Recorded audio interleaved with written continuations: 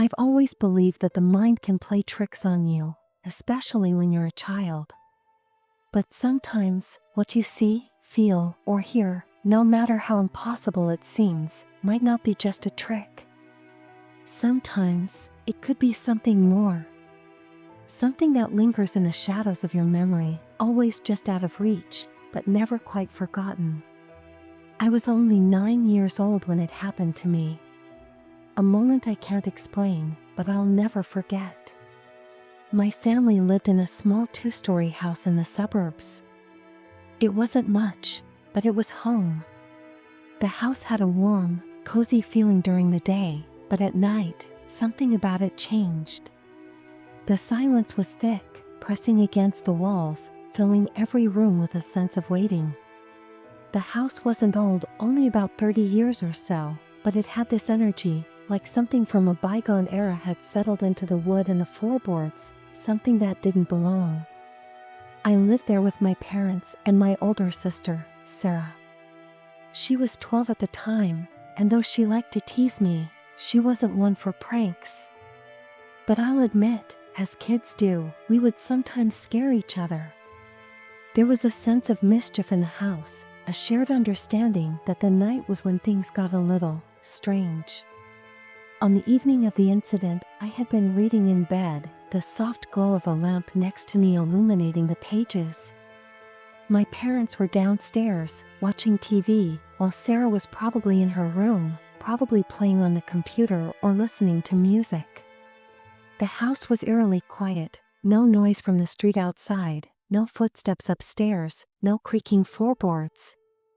It was as though the house itself was holding its breath. I remember feeling restless, an odd unease creeping into my chest. I tried to brush it off, telling myself I was just tired, but the stillness in the air seemed to magnify every small sound, the distant hum of the refrigerator, the rustle of my bed sheets as I shifted in bed. I closed the book and stared at the ceiling, watching the shadows move as the light from the hallway filtered through the crack in my door. It was then that I saw it. The door. Slowly, almost imperceptibly, it began to open. My heart stopped. It was so quiet, too quiet. Usually, my door creaked when it moved, the old hinges protesting with a shrill squeak, but this time, nothing. There was no sound at all. The door just moved, inch by inch, as though being opened by an unseen hand. My breath caught in my throat. Was Sarah messing with me? She liked to pull pranks like this, but this felt different. It felt wrong.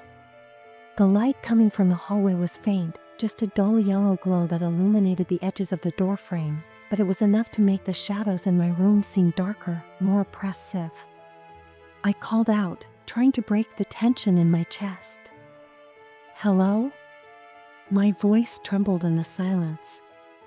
No answer. I waited, straining my ears for any sound. Maybe it was Sarah, maybe she was just playing a prank. It wasn't out of the realm of possibility, but something about it felt different.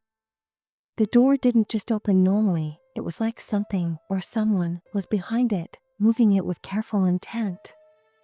Sarah's name. "I know you're just playing a prank on me." I called out again, louder this time. The words were shaky, but I had to convince myself it was just a prank. Still, no reply. The door opened a little further, but there was no sound.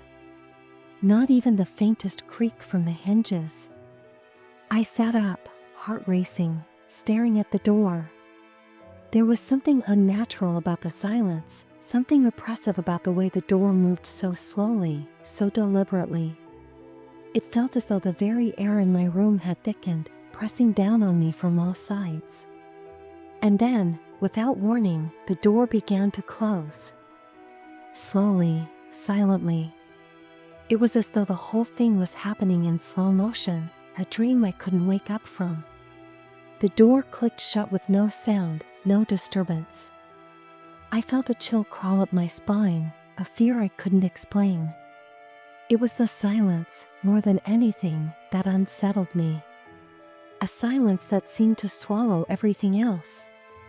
In that moment, I didn't feel alone. I felt watched, as though something or someone had been there, just beyond my vision, observing me.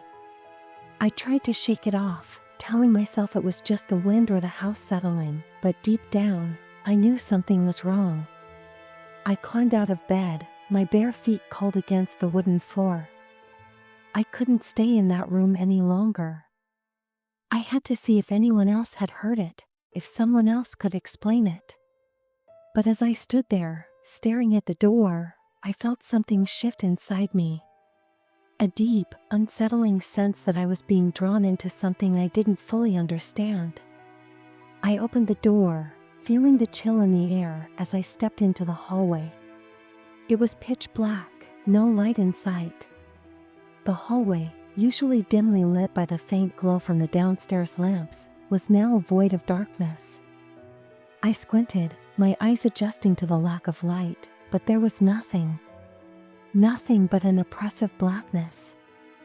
I took a step forward, my breath shallow, heart pounding in my chest. I needed to know. I had to know what had just happened.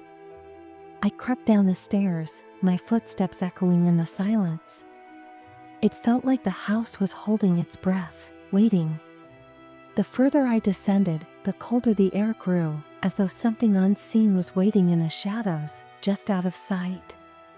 When I reached the living room, I saw her, Sarah. She was sitting at the computer, her face illuminated by the soft blue glow of the screen. She didn't look up when I entered. I stood there for a moment, watching her, trying to make sense of the feeling that gnawed at me. "Did you just come upstairs?" I asked, my voice trembling despite myself. "Did you open my door?" She looked up at me, her expression blank. "What?" "No. I've been here the whole time."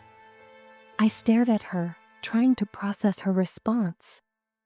Could it be? Was I imagining it all? No, I couldn't have imagined it. I saw it, felt it. The door had opened. The light had been there. "Are you sure?" I pressed, unable to shake the doubt in my mind. "I swear, I saw it." The door opened, and there was a light. She shrugged, the movement almost dismissive. "I haven't been upstairs at all. I've been here." I felt a knot tighten in my stomach. Something wasn't right. "Where are Mom and Dad?" I asked, feeling the cold tendrils of dread begin to creep up my spine. "They went to bed hours ago," Sarah replied nonchalantly. I stood there, trying to process it. If it wasn't Sarah, and if my parents were already asleep, then who or what had opened my door?